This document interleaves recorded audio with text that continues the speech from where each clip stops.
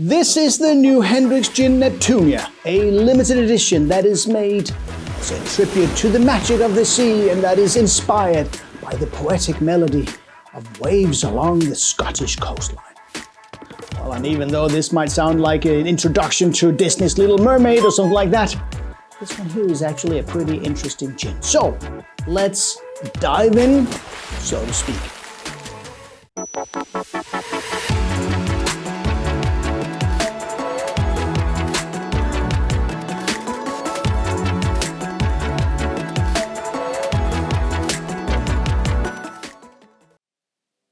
Hi guys, and welcome to High on Gin.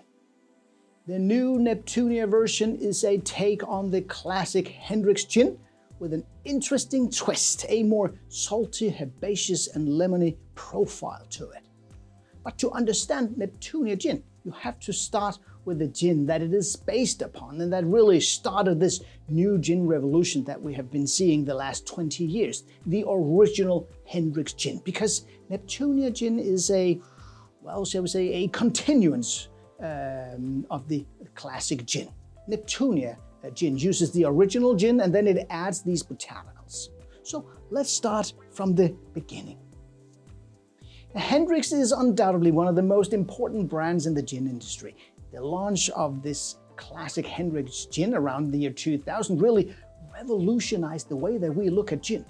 At that time, gin was primarily, well, Gordon's and Beefeaters and brands like that. It was juniper, it was focusing on citrus flavors. It had fallen out of fashion and it was something that your grandparents might drink with a Schweppes tonic or a cheap supermarket tonic lookalike, one or two depressing ice cubes and a slice of lemon maybe. But it was people like the CEO of William Grant & Sons, Charles Gordon, their master blender David Stewart, and a young chemist by the name of Leslie Gracie, that is now the master distiller at Hendricks Gin, that came up with a gin that would revolutionize the way gin is perceived. The company William Grant & Sons had been producing Scotch whiskey and other spirits since the company was founded in 1887.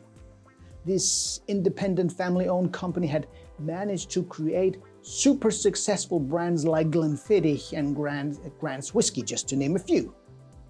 And they had even tried to launch a gin in the late 1970s, a gin called Grant's Special Dry Gin that was bottled in the same triangle-shaped bottle as the famous Grant's Whiskey was. But the gin never became a success. And the CEO, Charles Gordon, came to the conclusion that if their gin should be a success, it had to really stand out in order to be able to compete with the more established brands.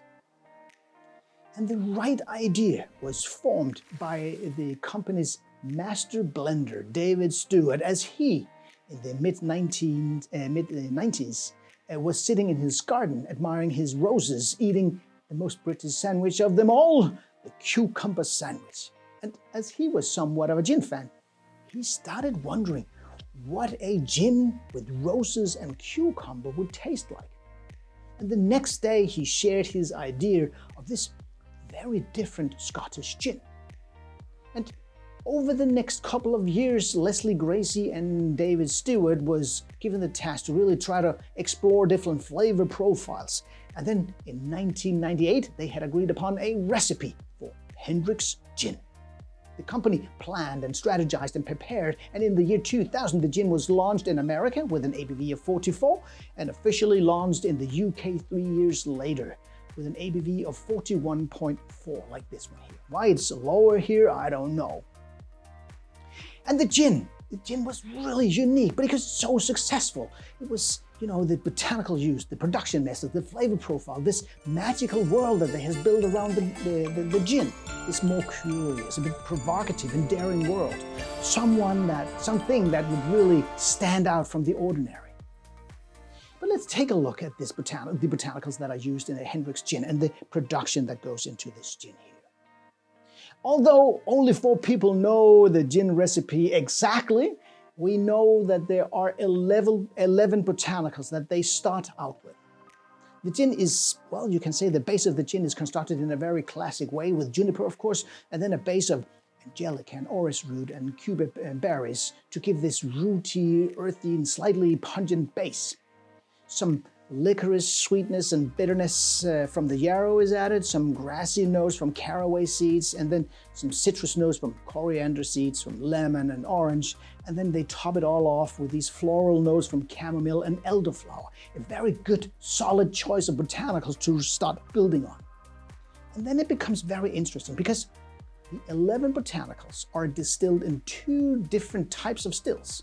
A codhead still made by John Doerr and Company, which were built in 1948, and a small Bennett Sons and Shears copper pot still dating all the way back to 1860s. These 2 very rare stills were purchased by Charles Gordon many years before, actually in 1966, when he found them at an auction. And even though it took him many years to find the right use for them, it certainly made a huge difference when you make a Hendricks Gin. Because you see, when you use the codhead still, you add the botanicals in a flavor basket at the very top of the still. And then you heat up the alcohol to turn it into vapors. And as the evaporated alcohol moves through the botanicals, it efficiently extracts these flavors, creating this very floral and sweet end result. The second pot still, the Bennett copper pot, the same ingredients are left to steep for 24 hours in the base alcohol to start the process of extracting the flavors from the botanicals, and then you heat up the alcohol, distill it, and then it turns into a more heavy, oily, and more earthy, juniper-rich alcohol, the end result there. So, by using 2 different stills, that gives you 2 different taste results. When you combine them, you get a more complex gin. The 2 different end results are then blended at a ratio, with 1-to-1 ratio, as far as we know. And then they add 2 extracts that really gives the gin its signature flavor. First, there is the extract from the Bulgarian Damascena rose petals that are pressed to release their oils, which is then dissolved with alcohol to produce the essence. And then there is the second extract that is made from Dutch cucumbers. And here the cucumbers are mashed up in water and then distilled in a vacuum distillation process around 0 degrees Celsius. So the combination of the 11 different botanicals that are distilled in 2 different stills, plus 2 different extracts that are made in 2 different ways, is then merged all together and then watered down, and then voila, there you have the iconic Hendricks Gin. Over the years, as consumers started to demand new and different versions of gin with new and often unseen botanicals in a gin, even the huge and very successful companies like Hendricks had to play along and give the people some limited editions where they could play with their gin and show off some twists with them. Hendricks launched their second gin 17 years after the original gin was launched. The Orbium Gin was released in 2017. The Midsummer Solstice was released in 2019, Amazonian in 2020, Luna in 21, and now in 22 the Neptunia Gin is launched. Okay, if you are a true Hendricks aficionado, Master Distiller Leslie Gracie actually made an ultra-limited batch of Hendricks Gin with a plant called Scorpion Tail that she found on a trip to the Venezuelan rainforest in 2013. The 560 bottles of Hendricks Kanarakuni Gin, named after the village where they stayed in the rainforest, were released in 2014 and only a selected audience tasted it. So that's why it's normally not mentioned. But enough about all that. Now to the Neptunia Gin. As I said in the beginning, the Neptunia Gin is a classic Hendricks Gin, but with a little twist. A classic Hendricks Gin where sea kelp, coastal thyme, and lime is added. Here's the original one and the Neptunia. When you compare these 2, this version here, well, it's a little bit more minerally and a bit more herbaceous. There's definitely the citrus note here that gives the gin maybe a little bit more character and definition in the nose, but the difference, it's not that big.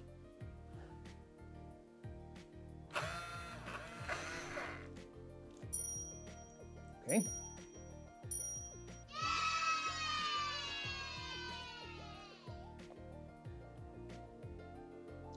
But when you taste them, you really get these flavors in this one here. The green undertone, the mineral layers, the citrus elements. But you also get the saltiness from the sea kelp. This briny layer really elevates the gin. It gives it a depth that I really, really like. It is like every note in a classic Hendricks gin is boosted. It's like it's much more in your face. It's bigger, it's bolder, it's more noisy, so to speak. If I should choose, I still think I would prefer the original Hendricks Gin, but I love the fact that this one has more character to it. Especially the saltiness is a fun element that gives this otherwise very fresh and floral gin a new twist. I think this one should be served with a fever tree Indian tonic and a slice of cucumber, just like you would serve the original Hendricks Gin. If you look on the bottle here on the backside here, they recommend that you serve this in what they call a Neptunia Fizz, where they use 5 centiliters of gin, 2.5 centiliters of lime juice, and 2.5 centiliters of simple syrup. You stir in a highball glass filled with ice cubes and then top it off with soda water and garnish it with some slices of cucumber. Sounds delicious. So guys, there you have it, a new take on an iconic gin. I simply love when the big ones come up with these new twists and ideas. For me, this gin, well, it's definitely not a revolution, but it is an evolution. And I really like that it is recognizable from the original one. Yes, it has this unmistakable twist to it. Till next time.